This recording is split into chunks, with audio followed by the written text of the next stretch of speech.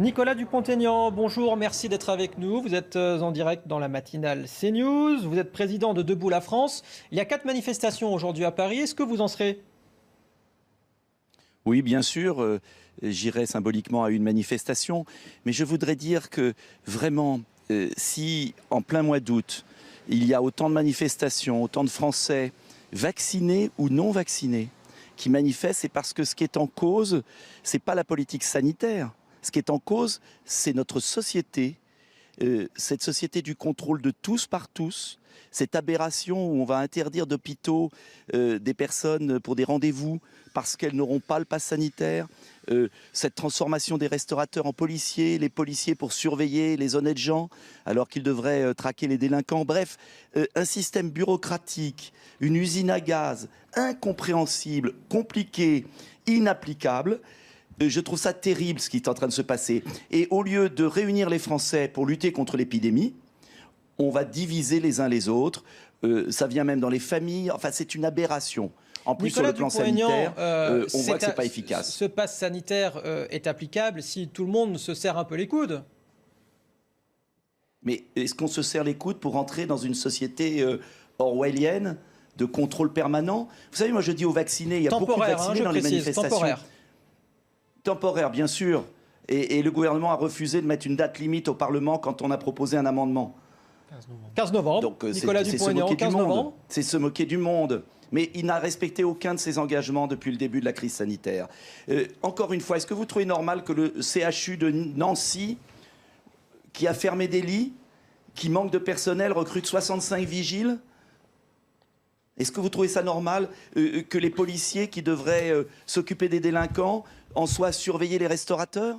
Est-ce que vous trouvez que ça va marcher? Surtout quand on sait que les vaccinés peuvent transmettre, certes moins que les non-vaccinés, mais peuvent transmettre le virus. On est en train de mettre en place vraiment une usine à gaz inapplicable qui divise les gens. Au lieu de recruter du personnel soignant, au lieu d'améliorer les soins précoces, au lieu de lever le brevet du vaccin pour vacciner gratuitement en Afrique et éviter le retour de variants, au lieu de développer le séquençage. Enfin bref, même Israël a supprimé le pass sanitaire alors qu'il l'avait imaginé. L'Angleterre l'a supprimé. Ça ne marche pas. Donc moi, je ne comprends pas pourquoi Emmanuel Macron, en fait, pour faire diversion.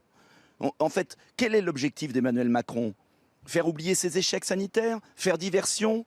Dresser les uns contre les autres? C'est pas la conception que j'ai d'un président de la République. On lâche les vannes et au risque de reconfiner dans un mois et demi? Mais c'est complètement faux. Mettez des masques FFP2 dans les TGV, prenez un masque FFP2 dans un TGV, ça sera beaucoup plus simple qu'un pass sanitaire. Il y a les purificateurs d'air dans les écoles qui sont toujours pas faits. Non, pas les masques FFP2. Les purificateurs d'air dans les écoles, Oui, mais il y a 2 sortes de masques, vous le savez. Madame Merkel a offert des masques FFP2 aux personnes fragiles en Allemagne pour les protéger. Est-ce que dans le métro, où il n'y aura pas de pass sanitaire, il ne va pas y avoir de virus?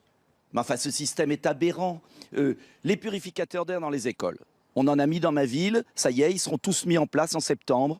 Il n'y en aura pas dans les écoles françaises, partout, parce que les purificateurs d'air qui sont utiles, il n'y a pas de plan d'investissement du gouvernement. Donc, on arrive à une situation absolument absurde dans notre pays. Et je vois les gens se déchirer là-dessus. Moi, je repose ma question. Qu'est-ce que vous proposez à part les purificateurs d'air?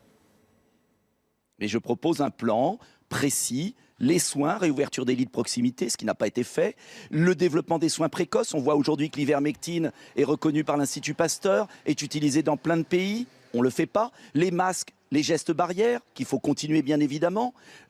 Et puis le séquençage qu'il faut améliorer absolument, le contrôle des frontières. Bref, l'ensemble d'une vraie politique de santé publique, ce qui se fait dans beaucoup de pays, et la vaccination à bon escient. Contrairement à ce que veut faire croire le gouvernement, nous ne sommes pas anti-vax. En revanche, on ne voit pas l'utilité de vacciner des jeunes bien portants de 17 ans qui ne formuleront pas des formes graves de la maladie sur un vaccin qui est toujours en forme d'étude. Le vaccin, c'est le bénéfice-risque pour des personnes âgées, pour des personnes en comorbidité, pour des personnes même dans la force de l'âge. Pourquoi pas? On n'est pas anti-vax. On veut simplement une société rassemblée qui met de l'argent sur les soins plutôt que sur des vigiles pour se surveiller les uns les autres. Le bénéfice-risque, c'est que vous remettez un petit peu en question l'efficacité ou en tout cas le bénéfice-risque du vaccin. Or, il est prouvé par toutes les études scientifiques, avec tous les vaccins, qu'il n'y a pas d'événements secondaires au-delà des 3 mois, ou alors c'est plus que rarissime. Vous n'en savez d'abord absolument rien. Premier point. Deuxième point, le bénéfice-risque, oui. Si je peux finir, le bénéfice-risque, oui. Justement, quelle est l'utilité de vacciner des jeunes bien portants alors que dans le monde entier, il y a des besoins pour les personnes fragiles et que le développement du variant vient de l'étranger et qu'il faut une politique sanitaire globale? Alors oui, on sera rassuré quand les contrats entre les États et les laboratoires seront rendus publics. On sera rassuré quand les laboratoires prendront la responsabilité du vaccin, notamment pour les femmes enceintes, pour les plus jeunes. Encore une fois, moi, je suis pour une vaccination à bon escient, avec le médecin traitant. Et nous ne sommes pas anti-vax. Il y a d'ailleurs beaucoup de vaccinés qui manifestent parce que je ne vois pas l'intérêt d'une société où 15 fois par jour, vous allez devoir montrer votre QR code. Ça, c'est un problème de fond. On n'est pas dans un débat sur le vaccin. Libre aux Français de se vacciner. Et pourquoi pas les inciter à se vacciner pour ceux qui en ont vraiment besoin? Oui, bien sûr. Mais en revanche, pourquoi mettre en place une surveillance généralisée de nos concitoyens? Pourquoi mettre en place cette bureaucratie intenable? Et vous verrez qu'il sera abandonné sous la pression des Français, parce que j'espère que les Français n'iront pas là où il y a des contrôles entre les uns et les autres. C'est une autre société, moi, que je veux. Je dis aux Français, si vous voulez cette société, eh bien, bon courage. Mais vous allez voir qu'on vous tiendra. On vous tiendra. Eh oui, c'est pas très responsable d'appeler à la désobéissance civile, c'est ce que vous venez de faire. Oh, eh bien, je dis franchement que ce sera aux Français de décider de l'application de ce pass sanitaire.